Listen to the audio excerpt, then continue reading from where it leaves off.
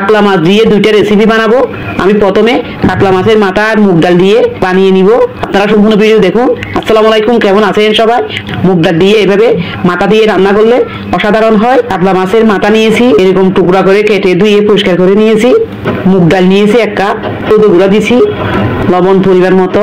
এবার হাত দিয়ে মেখে নিব। মাখানো হয়ে গেলে মুগ ডালগুলো আগে ভেজে নিব। মুগ ডালগুলো ভাজা হয়ে গেছে, পানিতে ভিজতে দিব 20 মিনিটের জন্য। মাথা যে আমি মেখে রেখেছিলাম পরিমাণ মতো তেল দিয়েছি, ভেজে দিচ্ছি। উল্টে পাল্টে এরকম করে ভেজে নিতে হবে। মুগ ডালগুলো ধুয়ে পানিতে সিদ্ধ করতে বসিয়ে দিয়েছি। যখন এরকম একটু ফেনা উঠবে, বলক উঠলে ফেনাগুলো আমি উঠিয়ে ফেলে দিব। হলুদ গুঁড়া 1.5 চা চামচ নেড়ে ছেড়ে সিদ্ধ করে নিয়েছি। পাত্র বসিয়ে দিয়েছি, সরিষার তেল পরিমাণ মতো দিয়েছি, জিরা, মিষ্টি জিরা, মরিচ, এলাচ, লবঙ্গ সব একসাথে দিয়ে দিয়েছি। 2টা তেজপাতা একটু ভেজে নিব। পেঁয়াজ কুচি 1 কাপ দিয়েছি, একটু ভেজে নিয়েছি। কাঁচামরিচ কতগুলো আমি এখানে দিয়ে দিয়েছি 2 টেবিল চামচ। এটাও এরকম সাইজ করে কেটে নিয়েছি। রসুন বাটা 1 চা চামচ, আদা বাটা 1 চা চামচ দিয়ে দিব। আদা বাটাও দিয়ে দিয়েছি, একটু ভেজে নিব। এবার টমেটো 1 কাপ দিয়েছি, পরিমাণ মতো লবণ, একটু কষিয়ে দিচ্ছি। যখন এরকম কষানো হয়ে যাবে 1 চা চামচ হলুদের গুঁড়া। মাছের মাথা যে ভেজে রেখেছিলাম, মাছের মাথাগুলো আমি দিয়ে দিলাম। মুগ ডাল যে আমি সিদ্ধ করে রেখেছি ডালগুলো দিয়ে দিচ্ছি।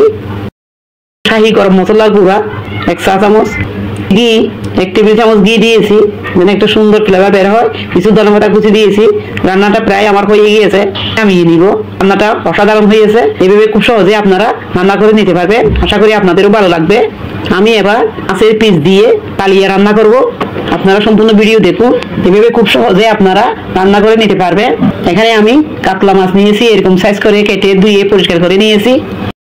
হলুদের গুঁড়া পরিমাণ মতো দিচ্ছি, লবণ, হাত দিয়ে মেখে নিব। মাখানো হয়ে গিয়েছে, পাত্রের মধ্যে তেল দিয়ে দিচ্ছি। মাছগুলো আমি ভেজে নিব। উল্টে পাল্টে এভাবে হালকা করে ভেজে নিতে হবে। সব মাছ আমি ভেজে নিয়েছি।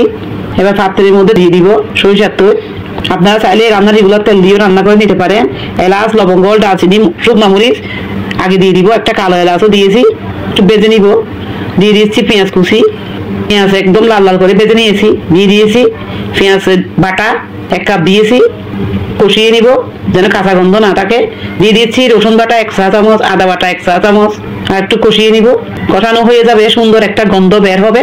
এবার লাল মরিচের গুঁড়া 1 টেবিল চামচ, হলুদের গুঁড়া দিয়ে দিব 1 চা চামচ, হলুদের গুঁড়া দিয়েছি, জিরা দিয়েছি 1 চা চামচ, ধনের গুঁড়া 1 চা চামচ, টমেটো পেস্ট 1 কাপ, টক দই ফেটিয়ে নিয়েছিলাম, টক দইগুলো দিয়ে দিলাম।